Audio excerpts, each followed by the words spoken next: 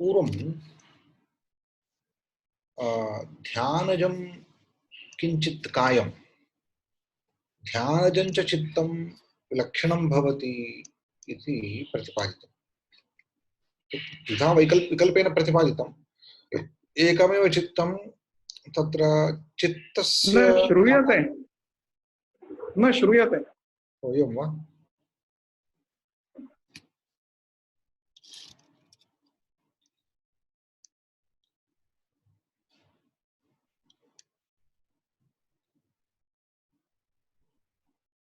इदानीं श्रूयते वा? इदानीं श्रूयते वा? श्रूयते आचार्यः। श्रूयते किन्तु बहु दूरात् श्रूयते। स्पीकर् बहु दूरे अस्ति वा इति। नास्ति नास्ति तथा। इदानीं समानं। तर्हि एकवारं मया एतत् बहिरागत्य सम्यक् करणीयम्। एकवारं करोतु। पूर्वमुक्तं अधुना श्रूयते। अधुना श्रूयते वा?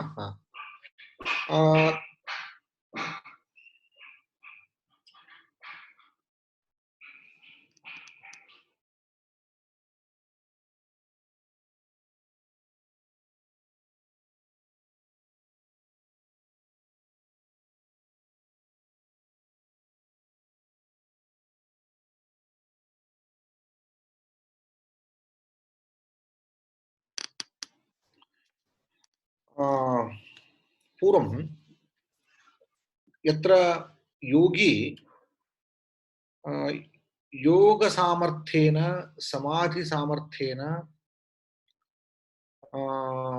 स्वसिद्ध्या नाना कायानि सृष्ट्वा नाना शरीराणि सृष्ट्वा तत्र भोगं प्राप्तुमिच्छति तस्य योगिनः नाना शरीरेषु भोगानुभव प्राप्तये कर्मक्षयार्थं वस्तुतः स्वप्रारब्धकर्मक्षयार्थं सः नाना शरीरेषु युगपदेव भोगं प्राप्तुमिच्छति तदा तत्तत् कायेषु यत् चित्तं भवति तच्चित्तं कीदृशम् इति विचारः आगतः। तच्चित्तं नाना एव चित्तानि तत्र जायन्ते इति एकः पक्षः। तर्हि नाना चित्तेषु कथं वा ऐकमत्यं भवति इति चेत् पक्षद्वयम् उक्तम्। चित्तम् एकमेव परन्तु तत्र चित्तव्यापाराः चेतांसि नाना भवन्ति इत्येकः पक्षः। अथवा चित्तं भिन्नमेव तस्य आत्मनः कर्मसञ्चयार्थं भोगार्थं च यत् चित्तं तदेकमेव परन्तु योगसिद्ध्या प्राप्तेषु नाना शरीरेषु योगसिद्ध्यैव नाना चित्तानि तत्र निर्मीयन्ते तादृशेभ्यः नाना चित्तेभ्यः भोगानुभवः जायते। तर्हि चित्तानि नाना भवन्ति इत्युक्ते चित्तभेदः उक्तः। यत् शरीरात् अर्थात् मातृ गर्भात् प्राप्ते शरीरे यच्चित्तं प्राप्तं तत् सहजं चित्तं। यच्च चित्तं योगिना स्वतपःप्रभावेण निर्मितं तच्चित्तं केवलं भोगानुभव कारणं। तच्चित्तं विलक्षणमेव। तत् क्लेशादिरहितं कर्म अनन्तरं कर्मवासनारहितं च भवति। तत् अनाशयं भवति कर्मवासनारहितं। एक अपरः पक्षः तत्र उक्तः। एवमेव तस्य कर्मापि विलक्षणं भवति इति प्रतिपादितम्। योगिनः यत् कर्म इतरेषां कर्म तावत् शुभफलदं किञ्चित् शुक्लं कर्म भवति अशुभफलदं कृष्णं किञ्चित् कर्म भवति शुभाशुभफलदं किंचित मानुषाणां शुक्लकृष्णं भवति एतत् त्रिविधं यद् कर्म तद्विपरीतम् अन्यदेव विलक्षणं कर्म योगिनः संभवति तस्य योगिनः कर्मफलत्यागानुसन्धानपूर्वकं कर्मणः कृतत्वात् तादृशं कर्म पुनः कर्मान्तरं नारभते पुनः कर्मान्तर कारणं न भवति इति तस्य कर्मणः किञ्चित् वैलक्षण्यमपि उक्तम् यथा भर्जितं फलं बीजं फलान्तरम् अंकुरान्तरम् उत्पाद्य वृक्षान्तरम् उत्पाद्य फलान्तरं नोत्पादयति बीजान्तरं न कल्पयति तथा कर्मापि यदा समाधि जात समाधि जातेन अग्निना दग्धं भवति विवेकख्यात्या दग्धं भवति तदानीं कर्मापि कर्मान्तरजनकं न भवति इति तस्य वैलक्षण्यमपि प्रतिपादितम् एतेन भागवते कश्चन प्रश्नः पृष्टः परीक्षित मन्ये कुञ्जर स्नानवत् इति कुञ्जर स्नानं नाम यथा गजस्नानमिव गजस्नानं किं भवति सः गजः जले गत्वा स्नानं करोति परन्तु प्रत्यागमनकाले तत्र आनन्देन तद्गतं पङ्कं मलिनं कृत्वा पङ्कम् उद्घाट्य तत् पङ्कं पुनः स्वशिरसि सम्पाद्य आगच्छति एवञ्च स्नानं शुद्धं कर्तुं शरीरं शोधयितुं गच्छति शरीरं शोधयितुं जले प्रविष्टः गजः स्नानं कृत्वा आगमनकाले तत्तीरे पङ्कमुद्घाट्य स्वशरीर संस्थाप्य आगच्छति इति एवञ्च गजस्नानेन यथा गजशरीरशुद्धिः कदापि न सम्भवति तथा अत्रापि कर्मानुभवकालेपि पुनः कर्मान्तरोत्पत्त्या कदापि कर्मशुद्धिर्न भवति कर्मक्षयो न भवति इति पक्षः वारितः किमर्थम् इत्युक्ते योगिनः यत् कर्म तत् विलक्षणं कर्म तत् शुभफलं वा अशुभफलं वा न ददाति तत् विलक्षणं भवति शुक्लकृष्णं रूपं तस्य न भवति इति तत् अत्र विशिष्य प्रतिपादितम् एवञ्च अस्यैव कर्मणः फलमाह ततस्तद्विपाकानुगुणानामेव अभिव्यक्तिर्वासनानाम् तत्र कश्चन विशेषः उच्यते इह हि द्विविधाः कर्मवासनाः स्मृतिमात्रफलाः जात्यायुर्भोगफलाश्च इति कर्म तावत् वासनारूपम् इति पूर्वमुक्तमस्ति कर्म नाम यागादिकं वा भवतु अथवा पापकर्म वा भवतु परपीडनादिकं तत् वासनारूपेण चेतसि तिष्ठति वासनारूपेण मनसि अंतःकरणे स्थितं कर्म तत् फलं ददाति कीदृशं फलं ददाति इत्युक्ते फलद्वयं भवति इति कथयन्ति एकं स्मृतिमात्रफलाः तादृशवासनाः स्मृतिमात्रफलं जनयन्ति अथवा जात्यायुर्भोगफलाश्च वास्तविक अनुभवं जनयन्ति द्विविधं फलं वास्तविक अनुभवः अर्थात् जातिः आयुः भोगः अर्थात् दुःख सुख दुःखानुभव रूपं फलम् एव जनयति अथवा स्मृतिमात्रं जनयित्वा तत् शान्तं भवति तत्र जात्यायुर्भोगफलाः एकानेकजन्मभवाः इत्यनेन पूर्वमेव कृतनिर्णयः यत्र जातिर्नाम जन्म अर्थात् एका योनिः प्राप्यते जातिः प्राप्यते शरीर पशुजातिः प्राप्ता तत्र आयुः नाम तस्मिन् शरीरे कियत्कालम् आत्मनः वर्तनं तदनन्तरं तत्र सुखदुःखानुभवः इत्येतत् त्रयं कर्मणः फलम् एका जातिः प्राप्यते तत् शरीरं योनिः प्राप्यते तत् योनौ कियत्कालं वासः इति आयुः तत्र सुखदुःखानुभवः इति भोगः एतत् फलत्रयं सर्वेषां कर्मणां भवति एकैकं कर्मापि एकां जातिं जनयति, किञ्चित् आयुः, तदनन्तरं भोगांश्च जनयति। पश्यन्तु, चतुर्दशमाद्वर्षात् कर्माणि नियमेन तु दशावराणां देहानां कारणानि करोत्ययम् इति किञ्चित् काचित् स्मृतिः। चतुर्दशमात् चतुर्दशमात् अर्थात् 14 वयसः अनन्तरम् एकैकक्षणे कृतं कर्म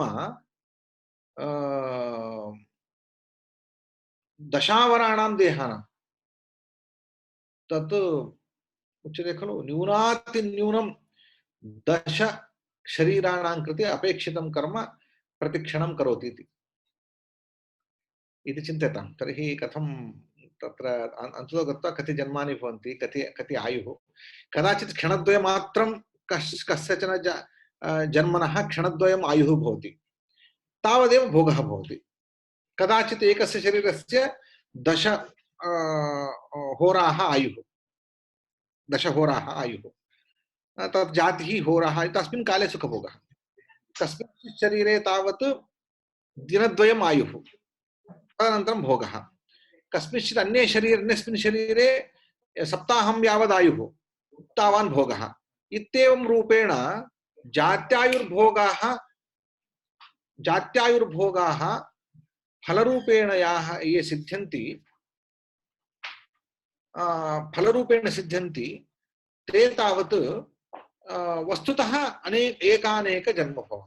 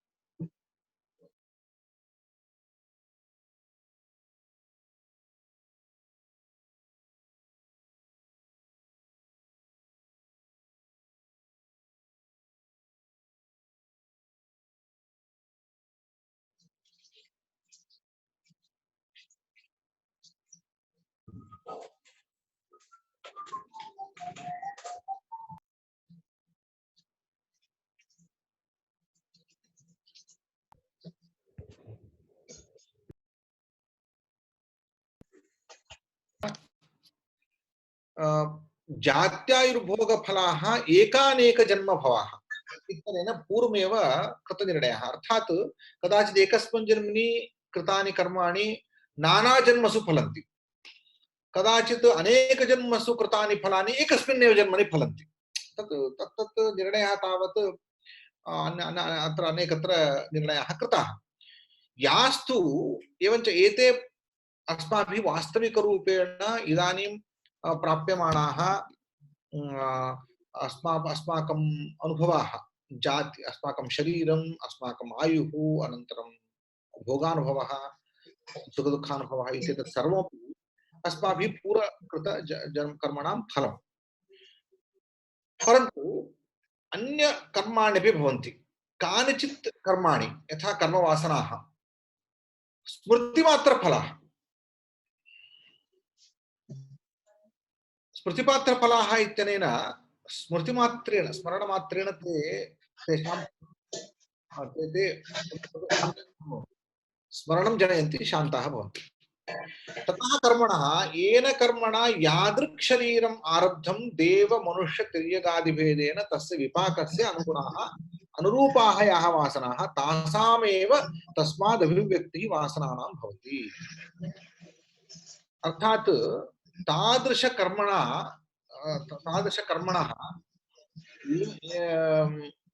येन कर्मणा यादृक् शरीरम् आरब्धम्, अर्थात् कर्म येन शरीरम् आरब्धं, कीदृशशरीरं, कदाचित् देवशरीरं, कदाचित् मनुष्यशरीरं, तिर्यक्शरीरम् इति नाना शरीराणि आरभ्यन्ते। तस्य विपाकस्य अनुगुणाः अनुरूपाः याः वासनाः, अर्थात् कर्मवासनाः,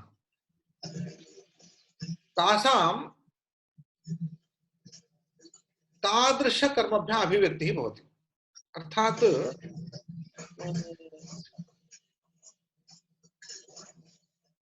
तत्र किञ्चित् विवरणं तत्रैव दत्तमस्ति। येन कर्मणा पूर्वं देवतादिशरीरम् आरब्धं जात्यन्तरशतव्यवधानेन पुनः तथाविधस्यैव शरीरस्य आरम्भे तदनुरूपाः एव स्मृतिफलाः वासनाः प्रकटीभवन्ति। यथा कश्चित् देवताशरीरं प्राप्नोति,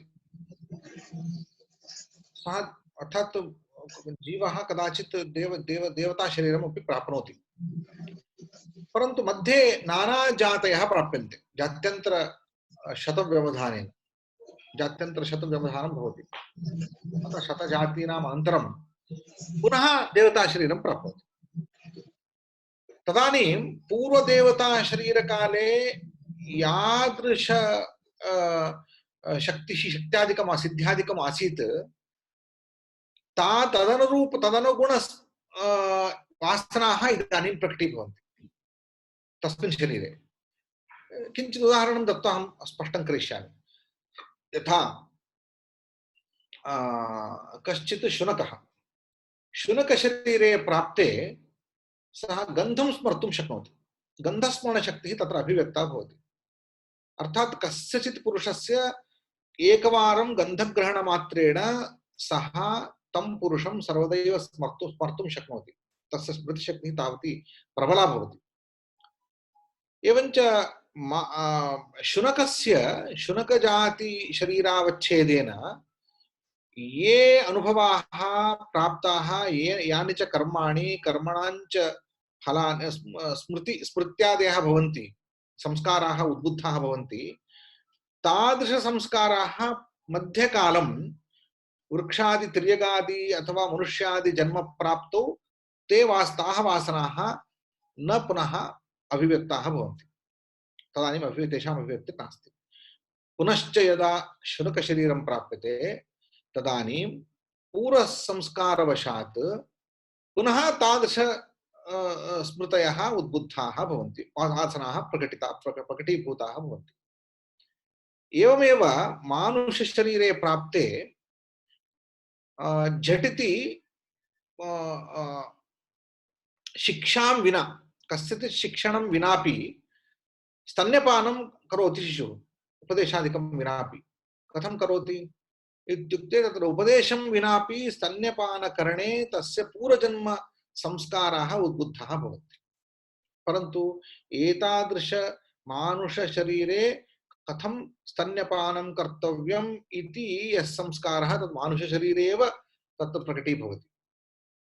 तत् अन्यशरीरेषु यथा यत्र स्तन्यपानादिकं न भवति, कीटादिशरीरेषु, तेषु शरीरेषु तादृश स्मृतिफलाः वासनाः प्रकटीभूताः न भवन्ति।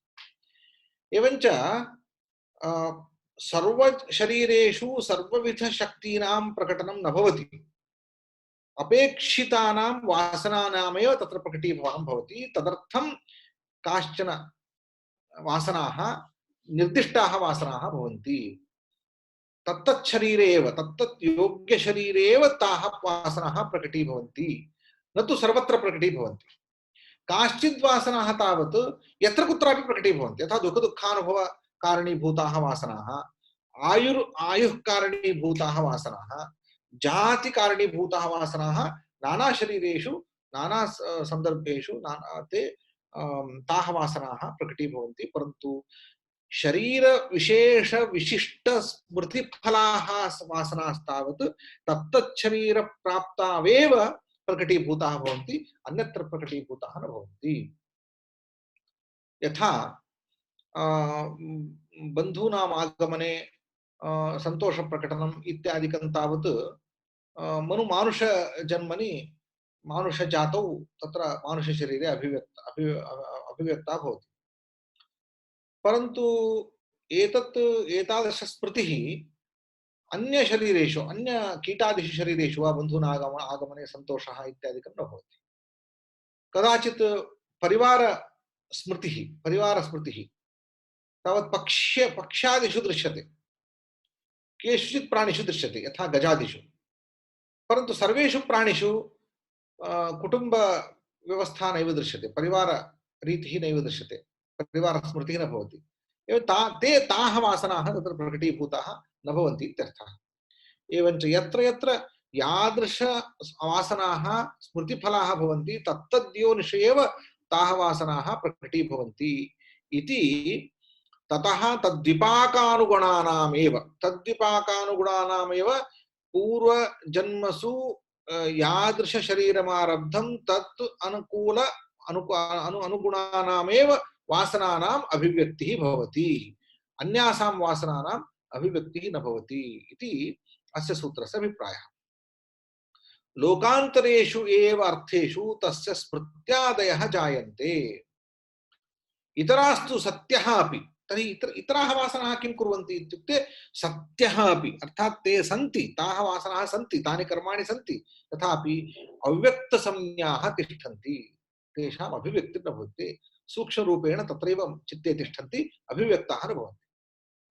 न तस्यां दशायां नारकादि शरीरोद्भवाः वासनाः व्यक्तिमायान्ति।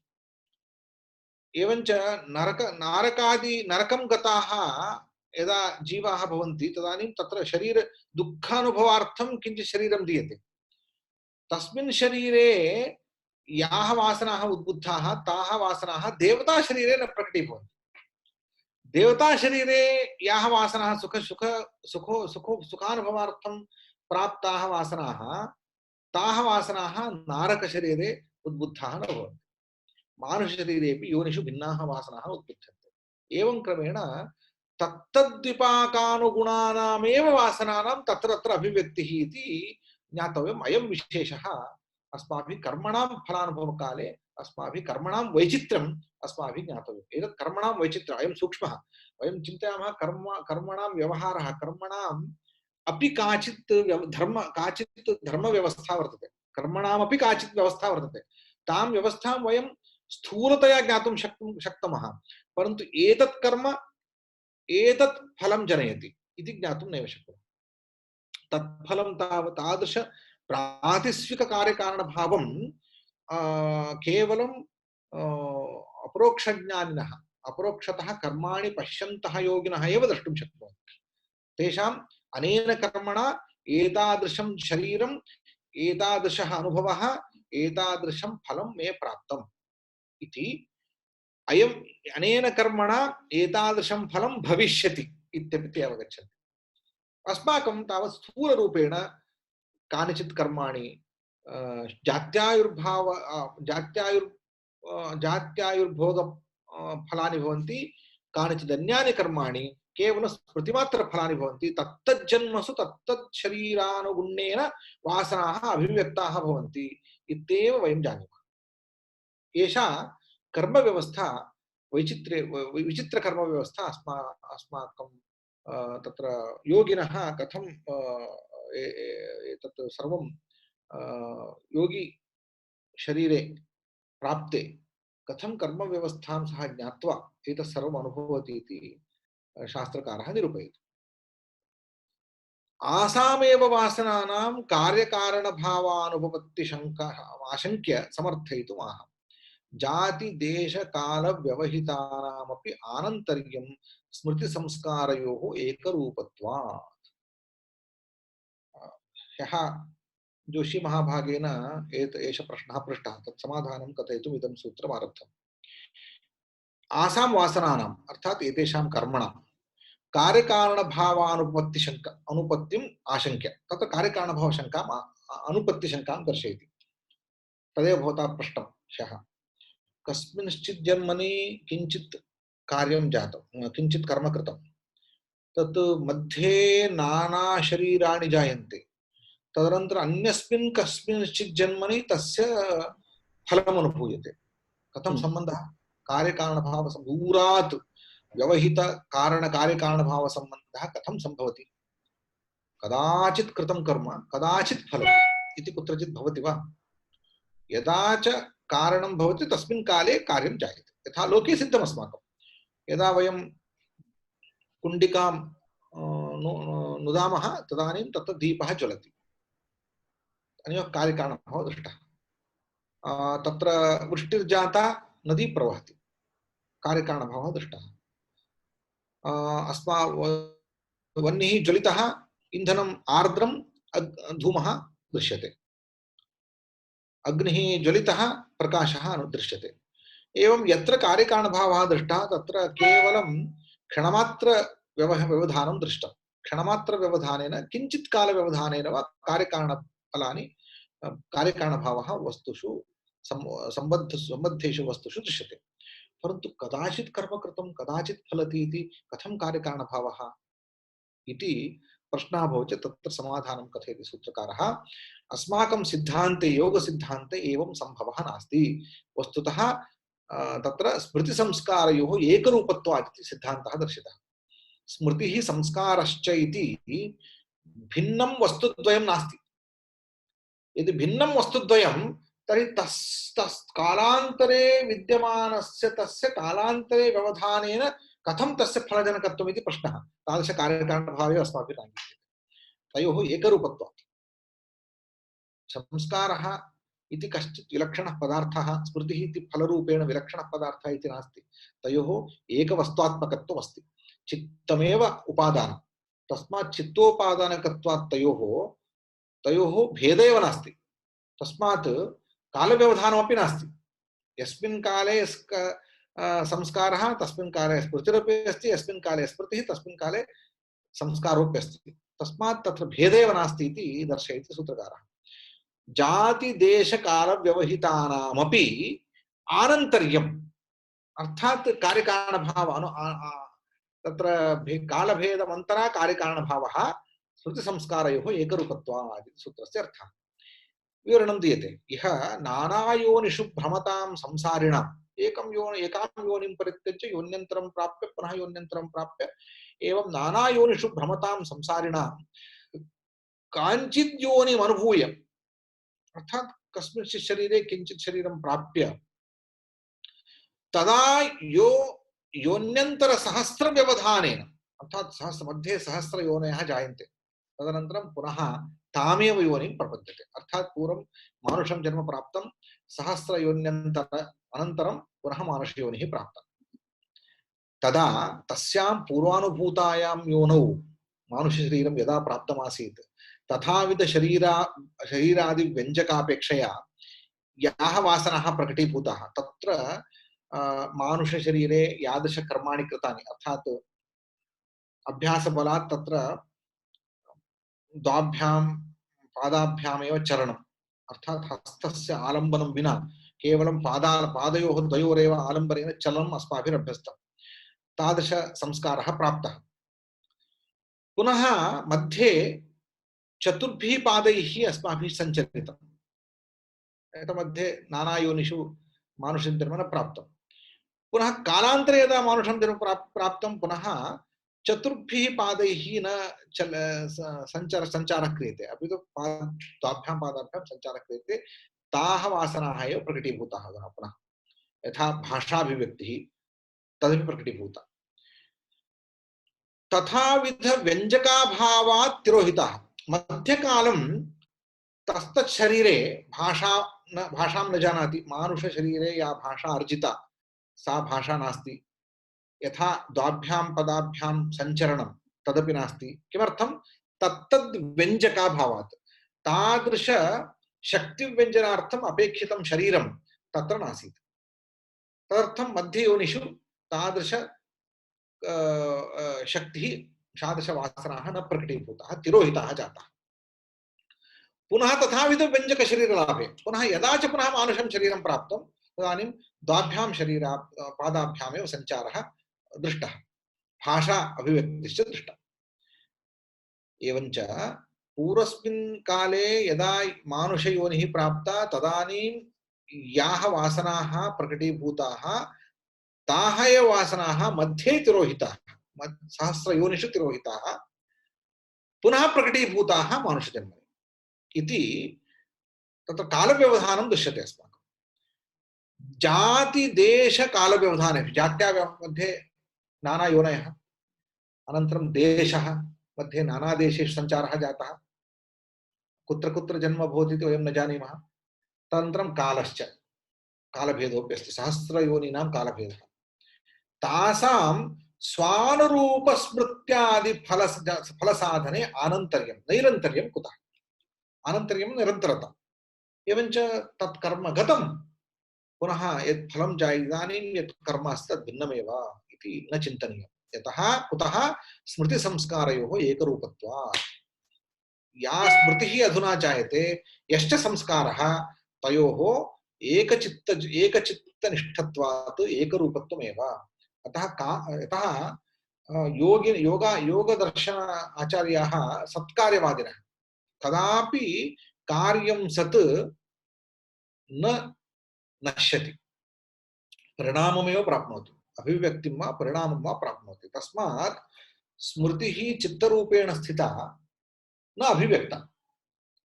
यदा च स्मृतिरूपेण अभिव्यक्ता तदानीं सः संस्कारः पूर्वं तिरोहितः आसीत्, अनभिव्यक्तः आसीत्, इदानीम् अभिव्यक्तः जातः इत्येव अर्थः। तथा हि अनुष्ठीयमानात् कर्मणः चित्तसत्त्वे वासनारूपः संस्कारः समुत्पद्यते। शनैः शनैः एतानि वाक्यानि पठतु स्पष्टं भवति। किञ्चित् कर्म अस्माभिः अनुष्ठीयते, इदानीं मया अध्यापनं कर्म अनुष्ठीयते, तदानीम् एतस्मात् कर्मणः मम पाठ अध्यापनकर्मणः भवतां श्रवणकर्मणश्च चित्तसत्त्वे चित्तस्य सत्त्वाकारे चित्ते वासनारूपः कश्चित् संस्कारः समुत्पद्यते, संस्कारः जातः। अधुना एष संस्कारः स च स्वर्गनरकादीनां फलानां च अङ्कुरीभावः कर्मणां वा यागादीनां शक्तिरूपतया अवस्थानम्। एष संस्कारः यः अस्ति एतत् वासनारूपेण तिष्ठति। तत्र यद्वा सुखं जनयति, यद्वा तत्र मनसि कालान्तरे प्रकाशं जनयति, अर्थात् ज्ञानं जनयति इति तस्य स्वभावः, तस्य कर्मणः स्वभावः। तत्तु शक्तिरूपेण चित्ते तिष्ठति। यथा यागः क्रियतां, कर्मणां यागादीनां यागरूपकर्मापि बहिः एक्शन् वत् दृश्यते कर्मरूपेण क्रियारूपेण, परन्तु तत् संस्काररूपेण चित्तं प्रविश्य तिष्ठति। चित्ते शक्तिरूपेण तिष्ठति, अनभिव्यक्तं सत् शक्तिरूपेण तिष्ठति। कर्तृवा तथाविध भोग्यभोक्तृत्वरूपं सामर्थ्यं। तत् कर्तुः तथाविध भोग्यभोक्तृत्वरूपं सामर्थ्यं, तत् सामर्थ्यं कर्तुः जायते।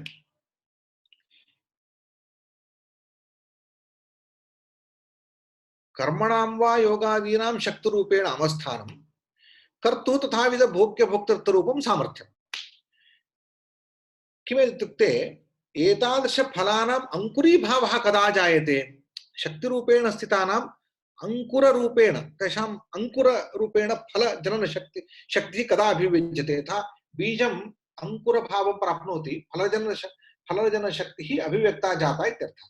कदा भवति इत्युक्ते शक्तिरूपेण स्थितानाम् एतेषां कर्मणां तथाविध भोग्यभोक्तृत्वरूपं सामर्थ्यं कर्तुः, भोगानुभव सामर्थ्यं कर्तुः यदा भवति, यस्मिन् शरीरे तादृश भोगानुभव कर्तृत्वं यस्मिन् शरीरे प्राप्यते तदानीं तत् सा शक्तिः अंकुरभावं प्राप्नोति। तावत्पर्यन्तं कर्म वासनारूपेण तिष्ठति। यथा अस्माभिः नरकप्राप्तये अपेक्षितं किञ्चित् कर्म कृतं, दुःखानुभवः कर्तव्यः, परन्तु एतादृशशरीरे मानुषशरीरे तस्य दुःखानुभवः कर्तुं न शक्यते। अतः मानुषं शरीरं त्यक्त्वा किञ्चित् विलक्षणं शरीरं दीयते। डोंट गेट तत् बहु दुःखं न क्रियताम्। अस्माकं न, ये पापकर्मिणः सन्ति, बहुविधान् पापानि कुर्वन्ति, वयं तु तादृशं पापं कर्तुमेव न शक्नुमः। यथा च भयोत्पादकाः भवन्ति, एक कारणं विनापि लक्षशः जनान् नाशयन्ति, तेषां जीवनं नाशयन्ति, लोकं भयभीतं कुर्वन्ति। तादृशः ते के इति वयं न कथयामः, भयोत्पादकाः अर्थात् राक्षसाः।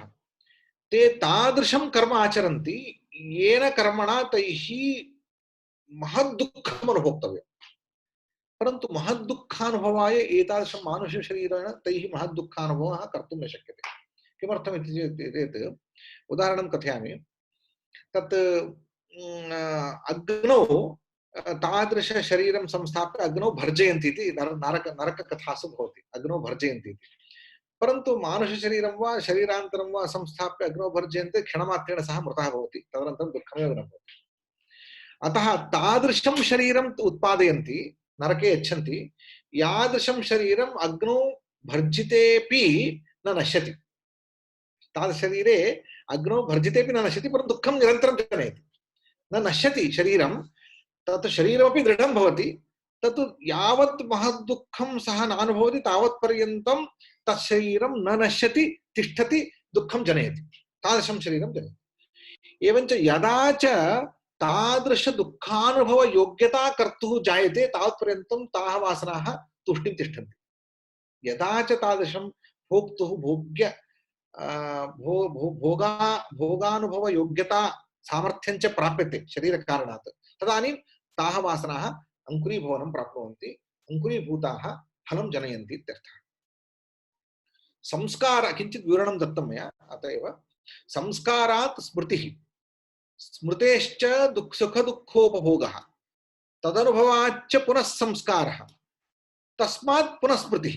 मया चक्रमुक्तं खलु, प्रथमं कर्म, कर्मणः संस्कारः अर्थात् कर्म संस्कारः, कर्म संस्कारात् स्मृतिः, स्मृतेश्च सुखदुःखोपभोगः, तेन पुनः तदनुभवः, तदनन्तरं पुनः संस्कारः, संस्कारेण स्मृतिः, स्मृतेश्च अनुभवः, अनुभवेन संस्कारः, संस्कारात् स्मृतिः, पुनः अनुभवः, इत्येवं चक्रं प्रवर्तते। एवञ्च यस्य स्मृतिसंस्कारादयः भिन्नाः तस्य आनन्तर्याभावे दुर्लभः कार्यकारणः। कस्मिंश्चित् काले स्मृतिः, कस्मिंश्चित् काले संस्कारः, चित्तान्तरे संस्कारः, चित्तान्तरे स्मृतिः इति न भवति, यतः भिन्नं भवति। परन्तु अस्माकं मते, योगिनां मते यदनुभवः स एव संस्कारी भवति। चित्तम् एकमेव, एकस्मिन् चित्ते अनुभवः संस्कारं संस्कारतां प्राप्नोति, सः संस्कारः स्मृतित्वेन परिणमते, पुनः तस्यैव चित्तस्य अनुसन्धातृत्वेन स्थितत्वात् तत्रैव पुनः स्मृतिः संस्कारः जायते, तत्रैव स्मृतिर्जायते, तस्मिन्नेव चित्ते पुनः अनुभवः जायते। इत्येवम् एकस्मिन्नेव चित्ते स्मृति संस्कारानुभवानां जनन कारणतः न कार्यकारणभावः दुर्घटः। कार्यकारणभाव व्यवस्थायाम् अस्माकं क्लेशो नास्ति। भिन्ने कालेपि संस्कारे संस्कारेषु सत्सु विभिन्ने काले स्मृतयः, विभिन्ने काले तेषाम् अनुभवः, परन्तु चित्तम् एकमेव इति कारणतः तेषां परस्पर कार्यकारणभाव क्लेशोः दुर्घट्यं नास्ति। अन्यत्र अन्यस्मिन् मते यत्र कार्यम् अनेव अन्यत्, कारणमेव अन्यत्। यथा मृदेव भिन्नं विलक्षणं, घटैव विलक्षणः, घटमृदोः केवलं सम्बन्धमात्रम् इति अङ्गीकुर्वतां वैशेषिकाणां मते पूर्वं विद्यमाना मृत एव भिन्ना। मृदि अपूर्वः घट एव जायते, मृदेव घटो न भवति, मृदः घटः विलक्षण एव जायते, तयोः कार्यकारणभावः मात्र सम्बन्धः इति कथयतां वैशेषिकाणां मते। अर्थात् असत्कार्यवादिनां मते कार्यकारणभावः दुर्घटः, एवं वर्णयितुं न शक्यते। किमर्थम्? एकस्मिन् काले मृद आसीत्, कालान्तरे मृदः नाशानन्तरमपि घटः उत्पद्यताम् इति तेषां मते, परन्तु अस्माकं मते अयं क्लेशः नास्ति। एवमेव बौद्धानां मते, क्षणिकवादिनां मतेपि एकस्मिन् क्षणे एकं किञ्चित् तिष्ठति, क्षणान्तरे अन्यदेव, तयोः कोऽपि सम्बन्धः नास्ति इति कथयतां बौद्धानां मतेपि कार्यकारणभावः वर्णयितुं न शक्यः। परन्तु एकमेव चित्तं, तस्यैव स्मृतिः, तस्यैव संस्कारः, तस्यैव अनुभवः इत्येवं रूपेण कथयतां सांख्यानां योगिनां च मते कार्यकारणभावः अत्यन्तं सरलः। तस्मात् अस्माकम् एतादृश प्रश्नाः अस्माकं मते न भवन्ति इति सः तत्र निरूपितवान्। एवञ्च सूत्रं पश्यन्तु, जाति देश काल व्यवहितानामपि वासनानाम् इत्यर्थः। जात्या अथ शरीरेण योनिभिः, देशेन नानादेशेषु जन्म, कालेन च व्यवहितानामपि कर्मणां वासनानाम् आनन्तर्यं कार्यकारणभावः। अर्थात् एकस्य अनन्तरम् अपरं कथम् इति कार्यकारणभावः स्मृतिसंस्कारयोः एकरूपत्वात्। स्मृति संस्कारयोः एकचित्ते स्थितत्वात् एकरूपत्वात् ऐक्यात् इति अस्य सूत्रस्य अभिप्रायः। भवतु आनन्तर्यं कार्यकारणभावश्च वासनानां। यदा तु प्रथममेव अनुभवः प्रवर्तते तदा किं वासनानिमित्तं निमित्तः उत निर्निमित्तः अनुभवः इत्यर्थः।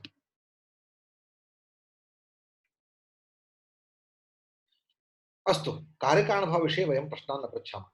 वासनाः स्वकार्याणि कालान्तरे जनयन्ति, चित्तान्तरे तु न जनयन्ति, तस्मिन्नेव चित्ते जनयन्ति। अन्यत्र अर्थात् मम चित्ते यदि किञ्चित् काचित् वासना अस्ति, कर्मवासना, अन्यस्मिन् चित्ते सुखादिकं न जनयन्ति, मम चित्ते एव जनयन्ति। अर्थात् तदेव चित्तं कारणम्।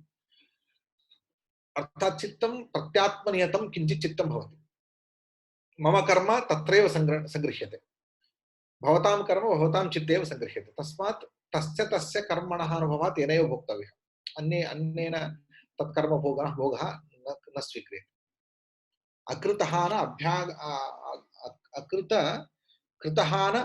अकृत अभ्यागम प्रसंगः इति शास्त्रेषु एकः आक्षेपः पूर्वपक्षिणां मतभङ्गाय स्वीक्रियते दर्शनेषु। तेषां यदि अकृतहान इत्युक्ते एकेन जीवेन कृतस्य अकृतं यत् कर्म अल कृतहान इत्युक्ते एकेन जीवेन कृतं यत् कर्म तत् अन्येन अनुभूयते चेत् कृतं एतेन कृतं नष्टं, तेन अनुभवः न प्राप्तः। अन्येन च अनुभवः प्राप्यते इत्युक्ते तेन अकृतमपि प्राप्तं, यथा स्वेन किमपि न कृतं तथापि प्राप्तं। कैश्चित् अस्मिन् जन्मनि यशः प्राप्यते, तर्हि किमपि कार्यमेव न क्रियते, केवलं यशः प्राप्नुवन्ति इति केचन तथा पश्यन्ति, तथापि पूर्वस्मिन् जन्मनि तैः कार्यं कर्म कृतं, तस्य फलरूपेण इदानीं यशः प्राप्यते। तस्मात् तथा न चिन्तनीयं यत् मया बहु कर्म कृतं तेन यशः एव प्राप्तम् इति चेत् भवतः कृतस्य कर्मणः फलं तत्र निरीक्ष्यते, कालान्तरे प्राप्यते। तेन पूर्वं कृतस्य कर्मणः फलम् इदानीं तेन अनुभूयते। तस्मात् चिन्ता न कार्या। कृतहान अकृत अभ्यागम प्रसंगः शास्त्रेषु नाङ्गीक्रियते।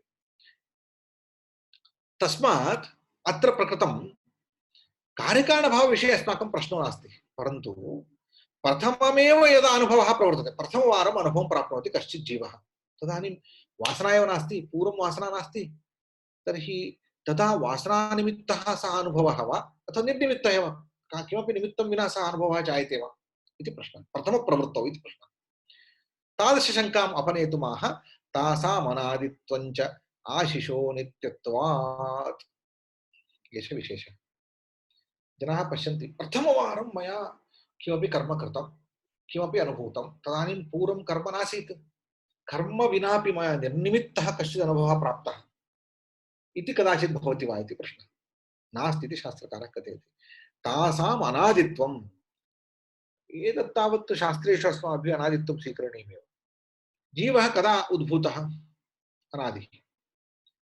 जीवः अनादिः, तस्य कर्म, यदि जीवः अनादिः न हि कश्चित् क्षणमपि जातुतिष्ठत् कर्मकृत्, तर्हि कर्माप्यनादि। अनादिकालेन सह कर्म, जीवः अनादिः, जीवस्य उत्पत्तिः कदापि न जाता, सर्वदा वर्तते, तर्हि तस्य कर्मापि सर्वदा अस्ति, अनादि एव। तर्हि कदापि प्रथमः अनुभवः प्रथम कर्मवासनां विना अनुभवं प्राप्नोति इति नास्ति एव इति तस्य कदा बन्धः जातः जीवस्य, तदपि अनादि, अज्ञानमपि अनादि। एवं रीत्या षडस्माकम् अनादयः इति वेदान्ते उच्यते। एवं केचन पूर्व अनादिसिद्धान्ताः अनादिवस्तुनः अनादिपदार्थाः सर्वैः स्वीक्रियते। कालः, देशः, आत्मा, तत्कर्म, एवं अज्ञानम् अर्थात् बन्धः इत्येतत् सर्वं सर्वदा नित्यं। कोऽपि एतत् अनादित्वं नित्यत्वं च तेषाम् अनादित्वं तेषाम् अङ्गीकर्तव्यं, कोऽपि तद् वारयितुं न शक्नोति। तासाम् अनादित्वं अनादित्वं च आशिषः नित्यत्वात्। तासां वासनानाम् अनादित्वं न विद्यते आदिः यस्य तस्य भावः तत्त्वं तासाम् आदिर्नास्ति तथा। कुत एतत्? आशिषो नित्यत्वात्। येयम् आशीः मोहामोह रूप सदैव सुखसाधनानि मे भूयासु मा कदाचन तैः मे वियोगो भूयात् वियोगो भूत् इति यः संकल्प विशेषः वासनानां कारणं तस्य नित्यत्वात् अनादित्वम्। पश्यन्तु जीवः यावदारभ्य तिष्ठति सः एतादृश संकल्पः तस्य मनसि भवत्येव, अहं जीवेयम्। एवञ्च तस्य मृत्युर्भवति चेत् मृत्योः तस्य भयं, सः आत्मनः स्वरूपं रक्षितुं सर्वदा प्रयतते। अतः स्वरूपनाशं कोऽपि नेच्छति। तर्हि संकल्पः कः? स्वरूपनाशः मा भूत् इति संकल्पः एकः। द्वितीय संकल्पः अहं सुखी स्याम्, दुःखी इति दुःखं नेच्छति, सुखी स्याम् इति इच्छति। सुखसाधनानि मे भूयासुः इच्छति, सर्वदैव मया सुखसाधनानि प्राप्ताः भवेयुः, प्राप्तानि भवेयुः इति इच्छति। एवञ्च एतादृशः संकल्पः अर्थात् स्वस्य स्वरूपनाश अनिच्छा, स्वरूपरक्षा सर्वदा इच्छति, स्वरूपरक्षाम् इच्छति, सुखम् इच्छति, सुखसाधनानि इच्छति। इत्येतत् सर्वं या आशिषः संकल्पविशेषः, संकल्पविशेषाः तत्र सर्वदा सन्ति। यदि एते संकल्पविशेषाः सर्वदा सन्ति चेत् एते एव वासनानां कारणम्। एते नित्याः चेत् वासनाः अपि नित्याः। तस्मात् एतदुक्तं भवति कारणस्य सन्निहितत्वात् अनुभवसंस्कारादीनां कार्याणां प्रवृत्तिः केन वार्यते? यदा च अग्निरस्ति चेत् दहति एव, अग्निरस्ति चेत् प्रकाशः भवत्येव, तद् वारयितुं न शक्यते। एवम् एष सङ्कल्पः अस्ति चेत् सङ्कल्पानुगुणं कर्म भवत्येव, कर्मानुगुणं फलं भवत्येव, स्मृतिः भवत्येव, स्मृत्यनुगुणं संस्कारः भवत्येव, अनुभवानुगुणं संस्कारः भवत्येव, संस्कारानुगुणं स्मृतिः भवत्येव। एवं कार्याणां प्रवृत्तिः स्मृति संस्कार अनुभव संस्कारादीनां कार्याणां प्रवृत्तिः केन वार्यते? अनुभव संस्कारात् अनुविद्धं संकोच विकास धर्मि चित्तं कदाचित् अनुभवं प्राप्तुं विकासं प्राप्नोति, कदाचित् संकोचं प्राप्नोति। चित्तं तत्तदभिव्यञ्जक विपाक लाभात् तत्तत् फलरूपतया परिणमति। यदा यथा यथा च अभिव्यञ्जकं प्राप्यते तथा तथा चित्तं तत्तद् अनुभवं प्राप्नोति। यथा जलं नाना पात्रेषु नाना रूपाणि प्राप्नोति तथैव चित्तं यथा यथा तद् अभिव्यञ्जकं समीपे प्राप्नोति तदा यथा शास्त्रेषु उच्यते कुङ्कुम गन्धस्य अभिव्यक्तिः घृतेन भवति इति। यावत्पर्यन्तं घृतं न प्राप्यते तावत्पर्यन्तं कुङ्कुमगन्धस्य अभिव्यक्तिः न भवति। एवमेव अस्माकम् अनुभवः भूमेः मृदः गन्धानुभवः तदैव भवति यदा प्रथमवृष्टिर्जायते। प्रथमवृष्टिः अभिव्यञ्जिका, तावत्पर्यन्तं मृदः गन्धानुभवः न जायते। वृष्टिः यदा जायते तत्र प्रथमवृष्टिकारणतः गन्धानुभवः मृदः गन्धानुभवः जायते। तथैव एतानि चित्तं सर्वदैव एतादृश संस्कारयुक्तं भवति। यदा च व्यञ्जकं प्राप्यते तदानीं स्मृतिः जागर्ति, अनुभवश्च जायते, पुनः संस्कारः उत्पद्यते, पुनः स्मृतिः, पुनः अनुभवः इत्येवं क्रमः निरन्तरं प्रवर्तते। कदापि एतादृश परम्परायाः विच्छेदः नास्ति। अनादिकालतः एतत् प्रवर्तते। निरन्तरं जीवस्य नित्यत्वात्, जीवस्य संकल्पानामपि नित्यत्वात्, कर्मणामपि नित्यत्वं। कर्मपरम्परायाः विच्छेदः अस्ति, परन्तु कर्मपरम्परायाः आदिः कुत्रापि नास्ति। तासाम् अनादित्वम्, आशिषः नित्यत्वात् इति शास्त्रकारेण एतादृश सूक्ष्मविशेषाः अत्र प्रतिपादिताः।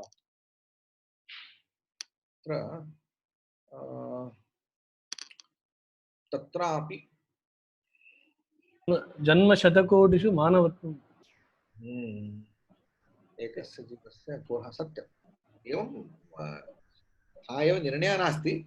मानवजन्मनः अपूर्वत्वं प्रतिपादयति। कदाचित् निरन्तरमपि प्राप्यते। एकजन्मनः परमपि पुनः जन्मान्तरं मानवजन्म एव प्राप्यते, न प्राप्यते इति नास्ति। तत्रापि हरि ओम् कुत्रापि मया श्रुतमेतत् सुखमेव मे स्यात् दुःखं मनागपि मा भूत् इति सर्वोऽपि जीवः चिन्तयति सर्वदैव चिन्तयति भागवते वा कुत्रापि श्रुतं मया एवमेवं सर्वेषु व्याख्यानेषु आरम्भे यत् उच्यते वेदान्तग्रन्थेषु सुखमेव मे स्यात् दुःखं मनागपि मा भूत् इति सङ्कल्पः सर्वेषां जीवानां भवति इत्यतः तत्सङ्कल्पसिद्धये एव सर्वाः प्रवृत्तयः स्वरूपनाशं कोऽपि नेच्छति एष सङ्कल्पः सुखं सर्वेपि इच्छन्ति किमर्थम् इत्युक्ते सुखं स्वात्मरूपं भवति स्वात्मानं सर्वे इच्छन्ति सुखमपि इच्छन्ति किमर्थं सुखम् इच्छन्ति इत्युक्ते सुखं जीवस्य स्वरूपम् आत्मनस्तु कामाय सर्वं प्रियं भवति इति उपनिषद्वाक्यम् आत्मनस्तु कामाय सर्वं प्रियं भवति तस्मात् आत्मनः यत् स्वरूपं तत् तन्नाशं नेच्छति अर्थात् सुखम् आत्मनः स्वरूपं सुखमेव इच्छति तन्नाशं दुःखं नेच्छति सुखनाशं नेच्छति परन्तु सुखं किमिति न जानाति अत एव बाह्यसुखेष्वपि प्रवृत्तिः स्वात्मसुखं प्रति आकर्षणम् धन्यवादः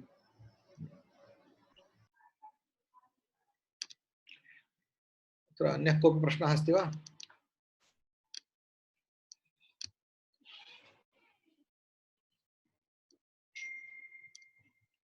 नास्ति इति मन्ये सर्वेभ्यः नमस्कारः